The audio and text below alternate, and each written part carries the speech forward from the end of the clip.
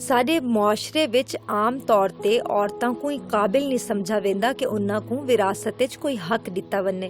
उन्हां को अपने कानूनी हक दी खातिर दर दर दे धक्के खावणे पौंदे ने। ई वास्ते ये बहुत जरूरी है कि असां औरतां को विरासती हक्कां वास्ते आगाही देऊं।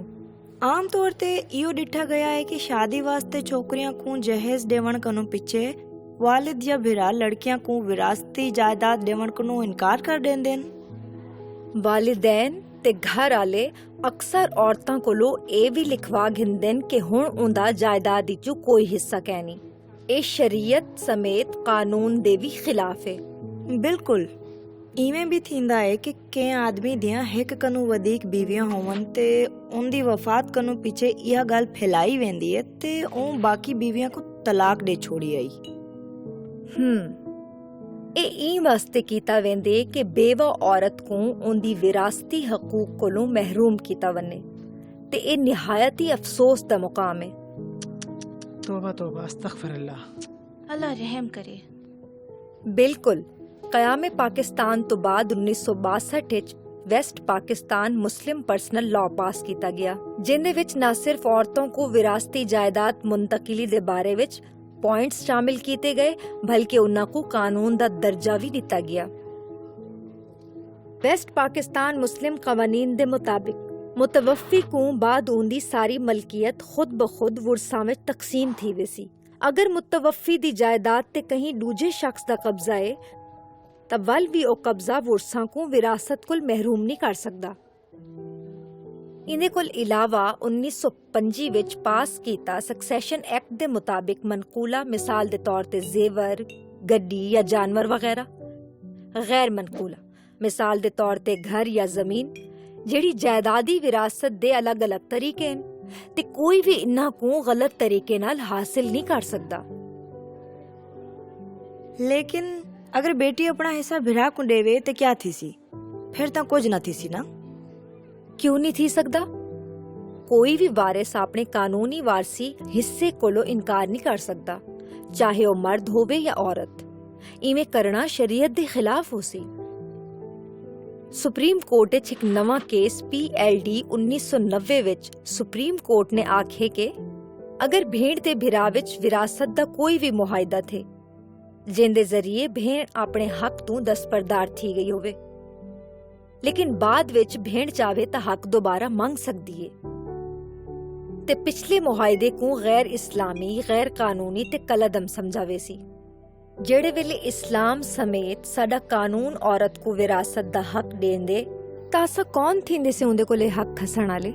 लेकिन अगर कोई मरण वाला या अपने बाला को विरासत कनू आग कर वञेत, अगर कोई भी शख्स अपनी जिंदगी विच अपने बालों को जायदाद तो आग कर देंदे तो वल भी इंदी कानूनी कोई हैसियत कहनी। साल 2011 विच औरत दुश्मन रिवायत दा खात्मा करन वास्ते कानून साजी कीती गई, जिंदे विच 498A पाकिस्तान पीनल कोड 1860 यानी PPC दी प्रोविजन शामिल कीती गई, जिंदे विच आख्या गया कि कोई भी शख्स अगर औरत को उनदे विरासती हक कोलों महरूम करन दी कोशिश करे सी तो को 10 साल दी सजा दा सामना करना पोसी ते ओको हर हाल विच 5 साल दी सजा लाजमी दिती वेसी ते नाल ही नाल ओको 10 लाख रुपए जुर्माना भी अदा करना पोसी। इंदे इलावा 498 PPC विच भी तब्दीली कीती गई, जिंदे विच वाजिया कीता गया कि अगर कोई भी शख्स कई औरत दी शादी कुरान नल करे सी या उनदे कोल ए अहद घिनसी कि ओ सारी उम्र कंवारी रासी ते नाल ही ओ जायदाद विचों कोई हिस्सा न घिनसी ते ऊ शख्स को 3 कोलो 7 साल दी कैद दी सजा नाल 5 लाख रुपए जुर्माना भी थी सी। सारियां को सब कुछ समझ आंदा पिया है ता कोई सवाल, कोई उलझन? साडे पड़ोस विच एक बेवा को उनदे ससुरालिया ने विरासत विचों कुछ भी नहीं दिता। मरण आले दे भिरावा ने आखे कि उनदा नाम महकमा माल विच है ही कहना ते को कुछ भी नहीं मिल सकदा।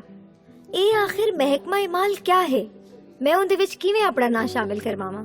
इस सारे विरासत दे कब्जे दे तरीके न। कोई भी इंदे सबब बहाना बना के औरत को उनदे हक तो महरूम नहीं कर सकता कि उनदा रेवेन्यू रिकॉर्ड यानी महकमा माल विच कहनी ਕਿਉਂਕਿ ਮਹਿਕਮਾ ਮਾਲ ਵਿੱਚ ਸਿਰਫ ਜਾਇਦਾਦ ਦੇ ਇੰਤਜ਼ਾਮਿਆਂ ਦਾ ਜ਼ਿਕਰ ਹੁੰਦੇ, ਉਹਦੇ ਵਿੱਚ ਵਾਰਸਾਂ ਦੀ ਤਫਸੀਲ ਨਹੀਂ ਹੁੰਦੀ। ਤੁਹਾਡੇ ਪੜੋਸੀਆਂ ਨੂੰ ਇਹ ਮਾਮਲੇ ਵਿੱਚ ਜੇਲ੍ਹ ਥੀ ਸਕਦੀ ਹੈ ਤੇ ਨਾਲ ਜੁਰਮਾਨਾ ਵੀ ਦੇਵਣਾ ਪੈ ਸਕਦੇ। ਪਾਕਿਸਤਾਨੀ ਕਾਨੂੰਨ ਵਿੱਚ ਵਿਰਾਸਤ ਦੇ ਮਾਮਲੇ ਵਾਸਤੇ ਇਹ ਗੁੰਜਾਇਸ਼ ਵੀ ਰੱਖੀ ਗਈ ਹੈ ਕਿ ਅਗਰ ਜਾਇਦਾਦ ਦਾ ਕੋਈ ਕੇਸ ਖਾਸ ਮੁੱਦਤ ਦੇ ਬਾਅਦ ਕੋਰਟ ਆਸੀ ਤਾਂ ਵੀ ਅਦਾਲਤ ਉਹ ਕੇਸ ਨੂੰ ਕਬੂਲ ਕਰੇ ਸੀ, ਕਿਉਂਕਿ ਅਦਾਲਤਾਂ ਨੂੰ ਮਾਲੂਮ ਹੈ ਕਿ ਇਹ ਮੁਆਸ਼ਰੇ ਵਿੱਚ ਕਿਵੇਂ ਔਰਤਾਂ ਨੂੰ ਮਜਬੂਰ ਕੀਤਾ ਵੈਂਦੇ ਕਿ ਉਹ ਆਪਣੀ ਜਾਇਦਾਦ ਕਈ ਬੇ ਦੇ ਨਾ ਕਰ ਦੇਵਨ। ਤੁਸਾਂ ਆਪਣੀ ਪੜੋਸਨ को ਸਾਡੇ ਕੋਲ ਘਿਨਾਓ, ਅਸਾਂ ਉਹਦੀ ਮਦਦ ਕरेसू। शरीयत तो ये आदि है कि अगर शौहर फोत थी गए तो इद्दत दे नान नफके समेत हक महर अगर वो पहले ही नहीं मिला तो शौहर दी जायदाद विचों लिता वेसी ते उनदे बाद जायदाद दे हिस्सेदारां नाल हिस्सा तकसीम कीता वेसी। लेकिन अगर औरत को तलाक थी गई होवे ता? बड़ा चंगा सवाल कीता तुसां।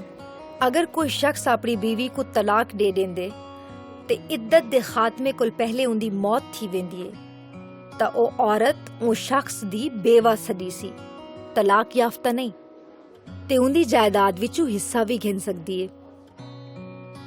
ਇਹ ਤਾਂ ਇਹ ਸੁਪਰੀਮ ਕੋਰਟ ਦੇ ਇੱਕ ਕੇਸ ਵਿੱਚ PLD 1990 ਵਾਜ਼ੇ ਹਿਦਾਇਤ ਦੇਂਦੇ ਕਿ ਸਾਡਾ ਪਰਸਨਲ ਮੁਸਲਿਮ ਲਾਅ ਸਾਫ਼ ਤੌਰ ਤੇ ਆਦੇ ਕਿ ਵਿਰਾਸਤ ਵਿੱਚ ਜੀ ਔਰਤ ਦਾ ਹਿੱਸਾ ਹੈ ਉਹ ਕੋ ਮਿਲੇ। ਆਓ ਵਿਰਾਸਤ ਵਿੱਚ ਔਰਤ ਦੇ ਹਿੱਸੇ ਦਾ ਥੋੜਾ ਤਫਸੀਲੀ ਜਾਇਜ਼ਾ ਦੇਖੋ। मुस्लिम फैमिली लॉ ऑर्डिनेंस 1961 ਦੇ ਮੁਤਾਬਿਕ ਮਾਂ, ਬੀਵੀ ਤੇ ਬੇਟਾ ਨਾ ਹੋਵਣ ਦੀ ਸੂਰਤ ਵਿੱਚ ਬੇਟੀ ਜ਼ਵੀਉਲ ਫਰੂਜ਼ ਦੇ ਜ਼ੁਮਰੇ ਵਿੱਚ ਆਂਦੀ ਹੈ, ਯਾਨੀ ਕਿ ਵਿਰਾਸਤ ਵਿੱਚ ਉਹਦਾ ਹਿੱਸਾ ਮੁਕਰਰ ਹੈ ਤੇ ਉਹ ਕੋ ਕਈ ਵੀ ਸੂਰਤ ਵਿੱਚ ਤਬਦੀਲ ਨਹੀਂ ਕੀਤਾ ਬਣ ਸਕਦਾ।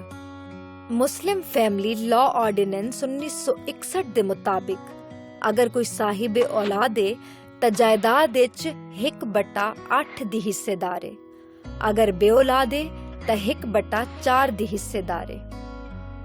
ਮਰਨ ਆਲੇ ਦੀ ਵਾਲਦਾ ਵਿਰਾਸਤ ਵਿੱਚ 1/6 ਦੀ ਹਿੱਸੇਦਾਰ ਹੈ। ਅਗਰ ਮਰਨ ਆਲੇ ਦੀ ਇੱਕ ਧੀ ਹੈ ਤਾਂ ਉਹ ਵਿਰਾਸਤ ਵਿੱਚ ਅੱਧੇ ਹਿੱਸੇ ਦੀ ਹੱਕਦਾਰ ਹੋ ਸੀ। ਅਗਰ 2 ਜਾਂ ਜ਼ਿਆਦਾ ਬੇਟੀਆਂ ਹਨ ਤਾਂ ਉਹ 2/3 ਦੇ ਹਿੱਸੇਦਾਰ ਥੀ ਸਨ। ਮਰਨ ਆਲੇ ਦਾ ਬੇਟਾ ਹੋ ਸੀ ਤਾਂ ਉਹਦੀ ਬੇਟੀ ਜ਼ਵੀਉਲ ਫਿਰੋਜ਼ ਕੋਲ ਨਿਕਲ ਕੇ ਅਸਬਾਬ ਦੇ ਜ਼ੁਮਰੇ ਵਿੱਚ ਹੋ ਸੀ। ਇਸ ਸੂਰਤ ਵਿੱਚ ਬੇਟੀ ਦਾ ਬੇਟੇ ਦੇ ਮੁਕਾਬਲੇ ਵਿੱਚ ਜਾਇਦਾਦ ਦਾ ਅੱਧਾ ਹਿੱਸਾ ਹੋ ਸੀ। ਮਿਸ ਮੈਂ ਬੋਰਡ ਦੀ ਤਸਵੀਰ ਛੇਕੀ ਨਾ? ਬਿਲਕੁਲ, ਕਿਉਂ ਨਹੀਂ। ਪਾਕਿਸਤਾਨੀ ਅਦਾਲਤਾਂ ਨੇ ਬੇਟੀਆਂ, ਬੀਵੀਆਂ, ਮਾਵਾਂ ਤੇ ਭੈਣੀ ਦੇ ਵਿਰਾਸਤੀ ਹਕੂਕ ਦੇ ਤਹੱਫੁਜ਼ ਵਾਸਤੇ ਭਰਪੂਰ ਕੋਸ਼ਿਸ਼ ਕੀਤੀ ਹੈ ਤਾਂ ਕਿ ਉਨ੍ਹਾਂ ਨੂੰ ਆਇਨ ਤੇ ਕਾਨੂੰਨ ਦੇ ਮੁਤਾਬਿਕ ਸ਼ਰਈ ਹਿੱਸਾ ਮਿਲੇ। ਸਾਰਾ ਕੰਮ ਹੈ ਕਿ ਅਸਾਂ ਆਪਣੇ ਹਕੂਕ ਦੀ ਖਬਰ ਰੱਖੋ ਤਾਂ ਕਿ ਵਕਤ ਆਵਣ ਤੇ ਅਸਾਂ ਉਹ ਹਾਸਿਲ ਕਰ ਸਕੂੰ। ਅੱਛਾ, ਹੁਣ ਟੈਸਟ ਕਰਕੇ ਦੇਖੋ ਕੌਣ ਕਲਾਸ ਦਾ ਖੁਲਾਸਾ ਕਰਕੇ ਦੱਸੇ ਸੀ। ਤਾਂ ਸਾਰੇ ਸਾਓ। बेटी, बहन, बीवी ते मां होवण दे वास्ते साडा विरासत दा हिस्सा कोई नहीं छेक सकदा। जहेज दा बहाना बनाकर वालिदैन बेटियां को विरासत कनू महरूम नहीं कर सकते। कोई भी वारिस कानूनी जाती विरासती हिस्से दा इनकार नहीं कर सकता। ही वास्ते कोई भी बहन अपना हिस्सा भिरा दे ना नहीं कर सकती। अगर कर लिता होवे तो कोर्ट दी मदद नाल बाआसानी वापस गिन सकती है। जी, तुसा दसो। महकमा माल विच नाम शामिल न होने को सबब बनाकर घर वाले औरतों को विरासत को महरूम नहीं कर सकते। बेवा दा नान नफका ते हक महर दी अदायगी दे बाद ही फौत थिमण वाले शौहर दी जायदाद बाकी हिस्सेदारां में तकसीम थी सकदी है। जी, तुसा दसाओ। इद्दत दे वक्त शौहर दे फौत थिमण ते बीवी को तलाक याफ्ता ना पर बेवा समझा वैसी ते उनको विरासत दा हिस्सा भी दिता वैसी। PLD 1974 supreme court 22। अगर कोई शख्स कहीं औरत को उनके विरासती हक को महरूम करने की कोशिश करे सी तो उनको बाकायदा 10 साल जेल की सजा ते 10 लाख रुपया जुर्माना भी अदा करना पोसी।